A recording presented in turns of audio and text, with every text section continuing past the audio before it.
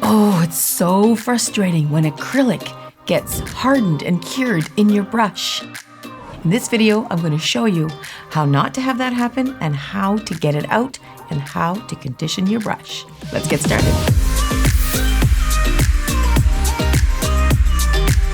So the brush, your brush, is probably I would think the most important tool as a nail tech. It's something that we must have it working top-notch and suiting to your style, meaning the shape of it and its productivity and how it performs. So when you go to do a set of nails and you come to your nail table and you pick it up and you're ready to go and you discover a hardened clump of acrylic in it, it can drive you nuts, and it's enough to pull your hair out. I was looking at a Facebook feed of a group that I'm part of, and they were talking about how do you clean it. And one of the comments was, never put acetone on it to clean it. Well, I got to tell you, I do that all the time.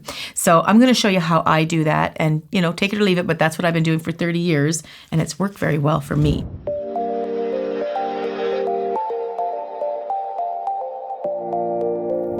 So when you grab your brush, you want to stick it in the monomer, you're sort of getting it ready, and you kind of twirl it, and you notice it's got a big dried clump in it. So let's put one in there, actually. I'm just going to get a little clump of acrylic in there. Here's my liquid. I'm just going to grab a little bit over here and stick it in there. And let's say you're working, and I'm going to try to get it in the brush.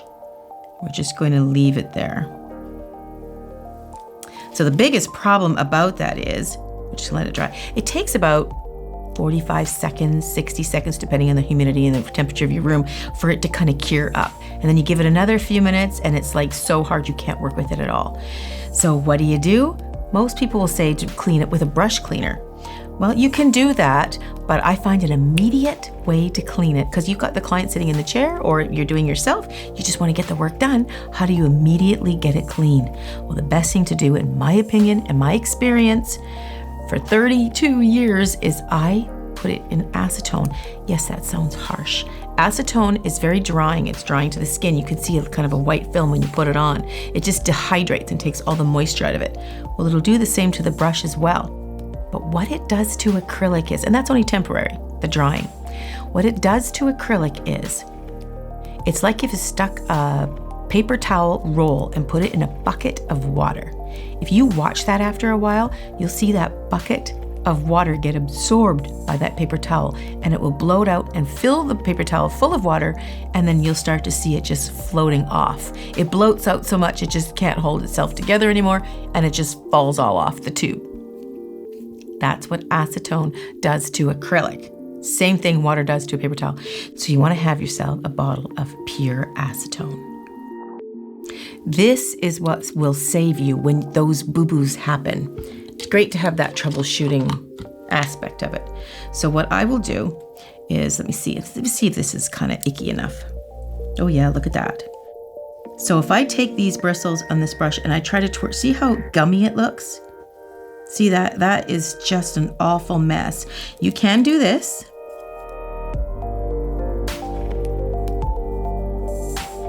You can scrape that out, but if it gets so hardened in there, you won't be able to do that. If it's like rock hard, that's when you can use the acetone. A lot of people might advise against this, but if I'm working with glitter powders like this, sometimes every couple of nails, I will swish it around in acetone just to get rid of the glitter and the bits in there that are trying to dry and that gets a bit gummy. And I'll explain how we get too much in our brush. But right now I'm going to troubleshoot on how to clean it. So I'm going to go right back to this gummy brush. See that? Yuck. I cannot work with that, and it's going to ruin my brush. And I don't want to cut my brush up to work with it. So there is another thing. You could put a glove on because you don't want to touch the monomer directly. Over time, if you keep doing that, you could get contact dermatitis, and you just don't want to go there or develop any allergic reactions. So I will do this sometimes without my gloves on, but I've learned that you shouldn't do that. And I will just literally, the thumbnail, the acrylic thumbnail, gel thumbnail, can actually be effective in scraping all that off. See, it's getting really gummy now. For the time that I've been talking, it's really gumming up, okay? Yuck. So I don't want to ruin my brush. So here's where my acetone will come in. I will take the acetone and I will literally put it in here. But don't drop the brush all the way in, because the acetone, if you have a wood brush, you don't want to drop it in there too far, because the acetone will just eat the wood or the enamel or paint or whatever you have on there horribly. So just give it a bit of a swish, and sometimes it'll just get in there to loosen it. And then you can go like this a little bit more. You can take the cuticle stick. You can just gently coax it out of the brush. Then you can check your brush by twirling it constantly and seeing if the acrylic is out. Now, if it's really hardened in there and it's an overnight situation or a few hours have gone by, you want to hold it in your bottle of acetone for, a good few minutes, maybe 10, maybe 15. And what I do sometimes is I'll get a piece of tape and I'll hold it so I don't have to stand here holding it the whole time. I don't want to drop it in a little tiny dish and let it sit, because the bristles will sit on the bottom of the dish and bend like that, and it'll change the whole shape of your brush. You don't want to do that, okay? So you want to hold it in there for a few minutes, or tape it if it's a few minutes, like 10 minutes, and then twirl it. And if there's any left in there, you can just scrape it out like that very gently. Just go the one way with the bristles. Like that. And then twirl it. Now, of course, we've had the acetone on there, and this is natural sable Kolinsky. It's a natural haired brush. This is a good quality brush, this one. So with the natural haired brushes, we don't want to dehydrate it too much. So we want to recondition those sensitive natural hairs. And the best way to do that is to put moisture back in. Don't want to put oils or anything like that in there, but monomer is our best friend when it comes to this. So that's what I'm going to do. I'm going to get the monomer. See how I'm soaking up the monomer? This is my conditioner. This is so good for the brush. Now, a good quality brush will be able to withstand soaking in the acetone and then cleaning it out. You might lose a hair or two, that's not a big deal, but you don't want to lose a lot of hairs. For example, this is a cheaper brush. This is not as good quality. I can see that the hairs are all over the place. But if you're using a brush like this, maybe this is your brush and you don't want it to get wrecked and it's got some acrylic in it. What do? Some of the people on this Facebook page were talking and saying that maybe their brush wasn't so good, so the hairs fall out when it comes to the acetone. So that's why I'm going to get this and I'm going to try it. I'm going to stick the acetone. Now this is a wood brush, so I'm going to hold it there for a second. And I'm just going to hold it there. I don't want to drop it all the way in because the acetone will eat the paint and the wood there. It'll just destroy it. So I've just got the metal part soaking in. The natural bristles are just soaking in the acetone. And we'll see what kind of effect it has on it. Just going to hold that there for a second. Okay, so here's what I wanted to show you too. Here's the glittered acrylic.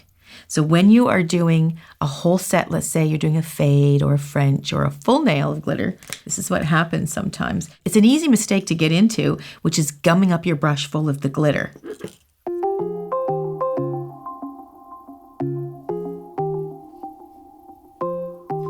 at that pretty glitter.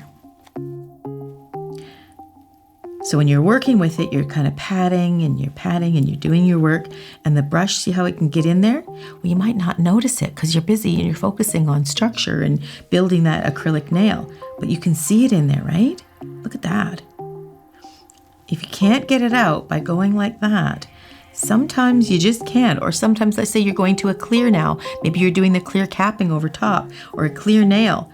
You want to clean that nail completely? You can do it in there, but you might get a little bit of glitter in the well here or in your other little dish, but you can just put a little, that's what I do. It's awesome.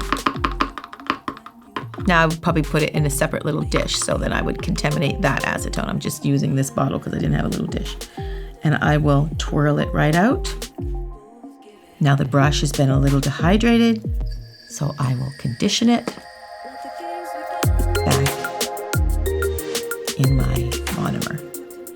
I'm telling you, this is a great way to do it. I've been doing this for 30 plus years, and I've had brushes last me a long time, and I've ruined $200 brushes because I left it in and caked it quite a bit in there, and I didn't have the patience to soak it out, so I just grabbed another brush. But this is what I would do all the time now. And you just soak it. Okay, it works perfect. And if you got a cap, I put a cap on that and store it this way or flat. You don't want to store it this way because you don't want the monomer to run back into the post of the brush. Because when you go to work the next time, that old monomer might run back into the new monomer, and it's going to contaminate the new monomer, and it's already had some powder that it's already attached to, and it activates it. So it can make a mess. Okay, so let's check out this cheaper brush and see how he's doing. So it looks like he's kind of held out all right. Oh, not a great brush. I wouldn't use it at all, really, but it looks like it's held out okay. And I'm gonna put a little bit of monomer on just to soak it in there. Like I say, it's an excellent conditioner, okay?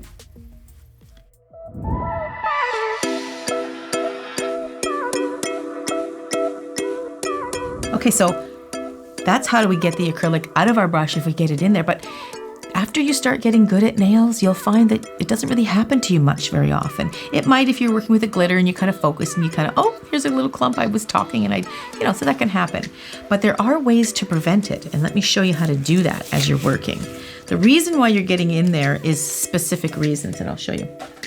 So when you're working with a liquid and powder system, let me just move this. And I have a feng shui thing. Everybody will have this. I like my powder closer to me and the liquid is in front. It's just the way I do it. I like to liquid, powder, boom, nail. Okay, so I've got my nicely cleaned, conditioned with monomer brush, and I'm going to start working. So the best way to not get that problem, try to avoid that problem, and it'll take time to do that. It's a bit of a technique. When you're doing your liquid to powder, this is for acrylic, doing your liquid to powder, it's how you release it onto the nail helps you not get a bit of acrylic in there. So I'm going to get some monomer and I'm going to pick up a bead of acrylic. And when I put it onto my nail, I'm going to release it. And as soon as I do that, I'm going to wipe my brush clean. And this is a moment you can look at your brush and make sure there's nothing in there. If there is something in your brush, the product that's on the nail will attach back to your brush.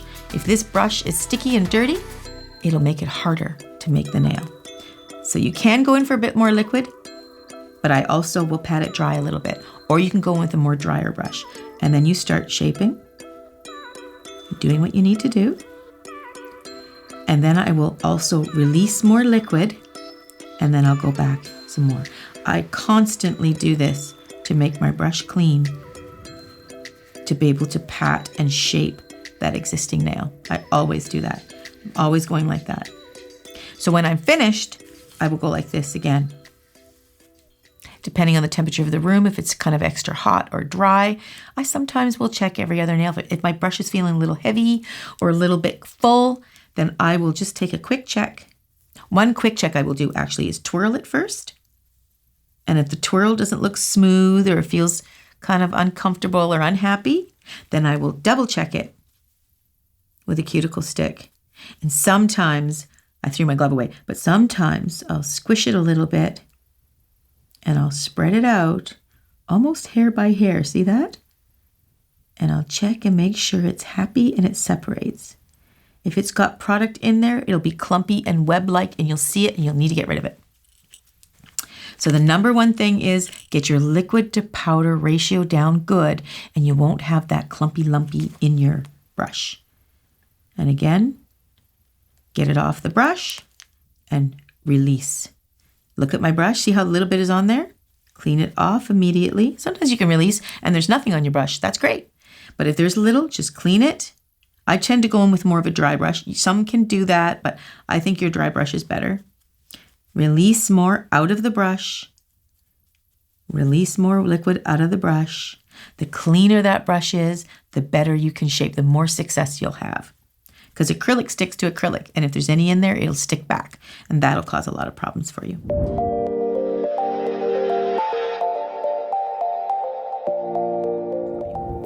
And again, getting back to the glitter. This one you have to work a little bit harder. Here's your glitter bead. Release. Check your brush. See all that glitter ickies on there? Clean the brush. And then go back in. shape it whichever way you're looking. Clean the brush again. And don't do it like this, like a painter. I can always tell the painters in my class, they kind of go like that. We don't want to do that with these particular brushes. You just want to go like that. And then you want to shape, even it out, ever what shape you're going for. And then clean the brush. And then again, I will check. Now I can see a couple little pieces of glitter in there. See that? Just check the brush. There's no acrylic in there. It looks pretty good. But there are a couple pieces of glitter in there. I can get away with that. Sometimes as a bonus, I'll just end up with a client that I did on Monday with glitter. And by next Monday, that little client that came in at 3 o'clock on Monday gets a little bonus glitter in her natural nail fill.